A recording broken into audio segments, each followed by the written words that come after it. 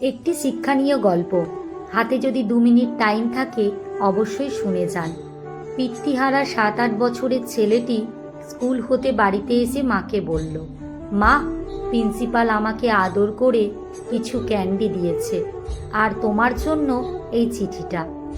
মা চিঠিখানা খুলে পড়ে কেঁদে ফেললেন। মায়ের চোখের জল দেখে ছেলেটি বলল, মা, কাঁদছো কেন? চোখ মুছতে মুছতে মা বললেন, বাবা, এটা আনন্দের কান্না। বলেই ছেলেটিকে চুমু দিয়ে বললেন, আমার জিনিয়াস বাবা, তোকে চিঠিটা পড়ে শোনাই। মা আনন্দের সাথে চিৎকার করে স্যারের লেখার ভাষা বদলে নিজের মতন করে পড়তে লাগলেন। ম্যাম, আপনার ছেলেটি সাংঘাতিক জিনিয়াস। আমাদের ছোট্ট শহরে ওকে শিক্ষা দেওয়ার মতন শিক্ষক আমাদের নেই।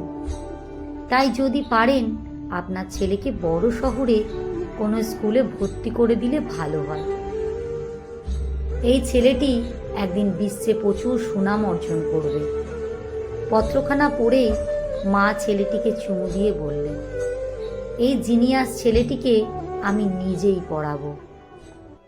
মা নিজেই শিক্ষা দিয়ে ছেলেটিকে যুক্তরাজ্যের তথা সমগ্র পৃথিবীর অন্যতম শ্রেষ্ঠ বিজ্ঞানী বানালেন।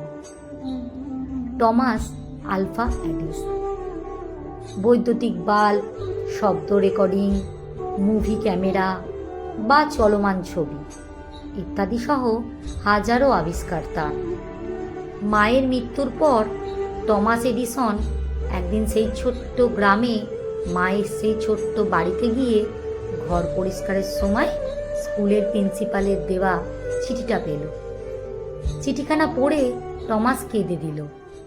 তাতে লেখা ছিল, ম্যাডাম, আপনার ছেলে টমাস এডিসন একজন মেন্টালি রিটার্ড।